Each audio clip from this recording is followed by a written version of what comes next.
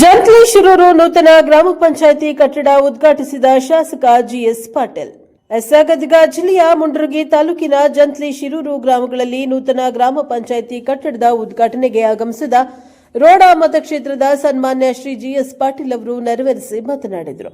ಗ್ರಾಮ ಪಂಚಾಯಿತಿ ಕಟ್ಟಡಕ್ಕೆ ಭೂಮಿ ದಾನ ಮಾಡಿದ ದಿವಂಗತ ಶ್ರೀಮತಿ ಶಂಕರಮ್ಮ ಹಾಗೂ ದಿವಂಗತ ಶ್ರೀ ಕರಿಯಪ್ಪ ರೇ ಪೂಜಾರ್ ಇವರ ಸ್ಮರಣಾರ್ಥ ಇವರ ಮಕ್ಕಳಾದ ಶ್ರೀ ರೇವಣಸಿದ್ದಪ್ಪ ಪೂಜಾರ್, ಹೇಮಣ್ಣ ಪೂಜಾರ್, ರಾಜ್ಕುಮಾರ್ ಪೂಜಾರ್, ವಿಜಯ್ ಪೂಜಾರ್ ಅವರಿಗೆ ಶಾಸಕರು ಹಾಗೂ ಗ್ರಾಮ ಪಂಚಾಯಿತಿ ವತಿಯಿಂದ ಸನ್ಮಾನಿಸಿ ಗೌರವಿಸಲಾಯಿತು. ಈ ಸಮಯದಲ್ಲಿ ಜಂತ್ಲಿ ಶಿರೂರು ಗ್ರಾಮ ಪಂಚಾಯಿತಿಯ ಅಧ್ಯಕ್ಷರಾದ ಶ್ರೀಮತಿ ಜೈತುನ್ ಬಿ ರಾಜೇಶ ಬಳ್ಳಾರಿ, ಉಪಾಧ್ಯಕ್ಷರಾದ ರವಿ ನಿಂಗಪ್ಪ ದೊಡ್ಮನಿ, ಮುಂಡ್ರಗಿ ಬ್ಲಾಕ್ ಕಾಂಗ್ರೆಸ್ ಅಧ್ಯಕ್ಷರಾದ ಡಿಡಿ ಮೊರ್ನಾಳ, ತಹಶೀಲ್ದಾರ್ ಯರ್ಸ್ವಾಮಿ, ಪಿಎಸ್ಸಿಒ ವಿಶ್ವನಾಥ್ ಹೊಸಮನಿ ಸೇರಿದಂತೆ ಗ್ರಾಮ ಪಂಚಾಯಿತಿ ಸದಸ್ಯರು, ಜಂತ್ಲಿ ಶಿರೂರು ಗ್ರಾಮಗಳ ಹಿರಿಯ ಮುಖಂಡರು ಉಪಸ್ಥಿತರಿದ್ದರು. Bureau report Arjun Hosamani, Prajapower news, Mundargi. ಅವತ್ತು ಸಾಹೇಬ್ರು ಹೇಳಿದ್ರು, ನೀವು SC ಜನ ಎಷ್ಟು ಮಂದಿ ಬಂದಿರಿ, ನೀವು ಅಲ್ಲಿ ಸಂತೋಷರ ಕಡೆ ಹೆಸರು ಬರ್ಸಿ ಹೋಗ್ರಿ, ನಿಮಗೆ ಗಂಗಾ ಕಲ್ಯಾಣ ಯೋಜನೆ ಬಂದೈತೆ ಅಂತಂದ್ರೆ ಅವತ್ತು ಬರ್ಸಿದ್ರಿ ಪ್ರತಿಯೊಬ್ಬರಿಗೆ ಗಂಗಾ ಕಲ್ಯಾಣ ಆಯ್ತು. ಅದ್ರೊಳಗೆ ಆ ಫಲಾನುಭವಿ ನಾನು ಒಬ್ಬವ.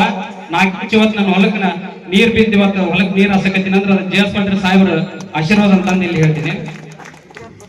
ವಿಶೇಷವಾಗಿ ಈ ಪಂಚಾಯತಿದು ಕೆಲಸ ನಡೆದೊಳಗೆ ಅಡೆತಡೆಗಳು ಆಗಿದ್ದು ಎಲ್ಲ ಗೊತ್ತೈತಿ. ಸಾಹೇಬ್ರ ಕಡೆ ನಮ್ಮ ಹೇಮಂತ್ ಸೌಕರ್ ಮತ್ತು ನಾವು ಎಲ್ಲ ಹೋಗಿ ಪ್ರತಿ ಸರಿ ನಾವು ಮನವಿ ಮಾಡಿದಾಗ ಹೇಳಿದ್ರು ಸಾಹೇಬ್ರು ಒಂದು ಮಾತು ಹೇಳಿದ್ರು, TS ಸಾಹೇಬ್ರು ಫೋನ್ ಮಾಡಿ, ಸಾಹೇಬ್ರ ಅದ ಇರುವಂತಹ ಸಂದರ್ಭದಲ್ಲಿ ನೀವೆಲ್ಲ ನಮ್ಮ ಹಿಂದಿನ ಗ್ರಾಮ ಪಂಚಾಯತಿ ಅಧ್ಯಕ್ಷರು ಉಪಾಧ್ಯಕ್ಷರು ಕೂತಾರ ಮತ್ತು ನೀವೆಲ್ಲ ಸೇರಿ ಒಂದು ಇತಿಹಾಸದ ಪುಟದಲ್ಲಿ ಬರೆಯುವಂತ ಒಂದು ಕೆಲಸವನ್ನ, ಅದರಲ್ಲಿ ಬಹಳ ಸುಸಜ್ಜಿತವಾದಂತ ಕಟ್ಟಡವನ್ನು ಕೂಡ ಎಲ್ಲ ನೀವು ನಿರ್ಮಾಣ ಮಾಡಿದ್ದೀರಿ. ಬಹಳ ಶಿಸ್ತುಗಳಿಂದ ಎಲ್ಲರಿಗೂ ಕೊಠಡಿಗಳನ್ನ ಅಲ್ಲಿ ಕಾಯ್ದಿರಿಸಿ ಈ ಪಂಚಾಯತಿ ಅನ್ನ ಮುನ್ನಡೆಸಲಿಕ್ಕೆ ನೀವೆಲ್ಲ ಅವಕಾಶವನ್ನ ಮಾಡಿಕೊಟ್ಟಿದ್ದೀರಿ.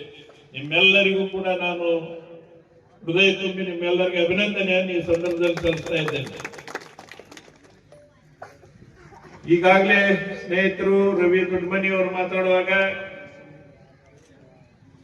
ಬಹಳಷ್ಟು ಕೆಲಸ ಕಾರ್ಯಗಳ ಬಗ್ಗೆ ಮಾತಾಡಿದ್ರು. ಆದ್ರೆ ಇವತ್ತೇನಾದ್ರೂ ಕೆಲಸ ಕಾರ್ಯಗಳನ್ನ ನಾನು ಮಾಡ್ಬೇಕಾಗಿತ್ತಂದ್ರೆ ಅದು ಎಲ್ಲ ನಿಮ್ಮೆಲ್ಲರ ಆಶೀರ್ವಾದ ಅಂತೇಳಿ ನಾನು ಈ ಸಂದರ್ಭದಲ್ಲಿ ಬಯಸ್ತಾ ಇದ್ದೇನೆ.